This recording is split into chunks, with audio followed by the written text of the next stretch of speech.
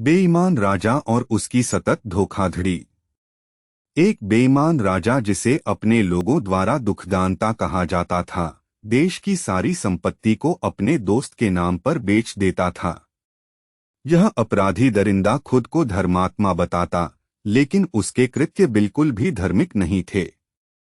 राजा का एक और विशेषता यह थी कि वह अपने लोगों से बेहद अधिक टैक्स वसूलता था। वह दोगुनी और तिगुनी टैक्स लगाकर अपनी जेबें भर लेता था, लेकिन यह सब केवल उसकी लालची आवश्यकताओं को पूरा करने के लिए था।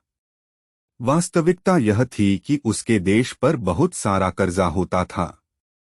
उसने अपनी बेईमानी की वजह से देश को एक आर्थिक संकट में डाल दिया था।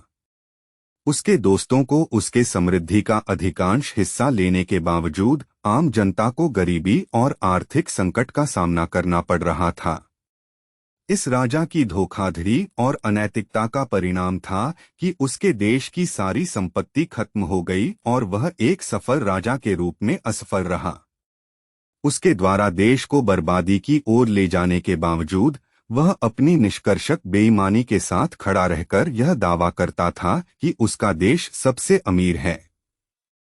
इस कहानी से हमें यह सीखने को मिलता है कि धोखाधड़ी और बेईमानी केवल व्यक्तिगत लाभ के लिए नहीं होती, बल्कि यह समाज और देश को भी नुकसान पहुंचा सकती है। अधिकांश अच्छे राजाओं की तरह एक सफल और सशक्त राष्ट्र की नींव ईमानदारी, उत्कृष्टता और न्याय के आधार पर टिकी होती है।